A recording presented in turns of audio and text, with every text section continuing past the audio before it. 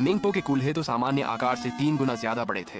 मैं खुद पर काबू न रख सका और अनजाने में मेरा हाथ उन पर लग गया। यमराज ने मुझे नर्क में एक भूत अधिकारी के तौर पर नियुक्त कर दिया और शर्त यह रखी कि मैं केवल एनफोर्सर बनने के बाद ही वापस लौट सकूंगा।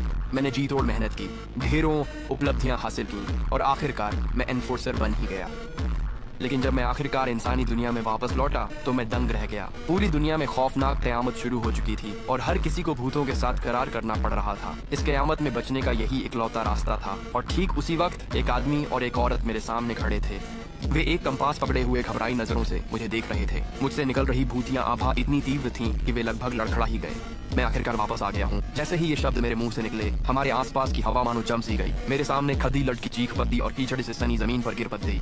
लोहे के उस पुराने कंपास से एक तीखी और चुभने वाली आवाज गूंजी और मेरी यिन ऊर्जा के प्रभाव से उसकी सुई पल भर में धूल बनकर बिखर गई। मेरे साथी का चेहरा पहले पीला और फिर गुस्से में बैंगनी पड़ गया। वह दांत पीसते हुए उसे जमीन से उठाने की कोशिश करने लगा, लेकिन मेरी काली धुंध की लहर ने उसे झटके के साथ दूर फेंक दिया। वह उठने के लिए संघर्ष करने लगा। उसकी आंखों में गहरी निराशा और हार का भाव था। फिर अपनी छाती पीटते और मुंह से खून थूकते हुए वह चिल्लाया कि वह मुझे भी अपने साथ ले डूबेगा।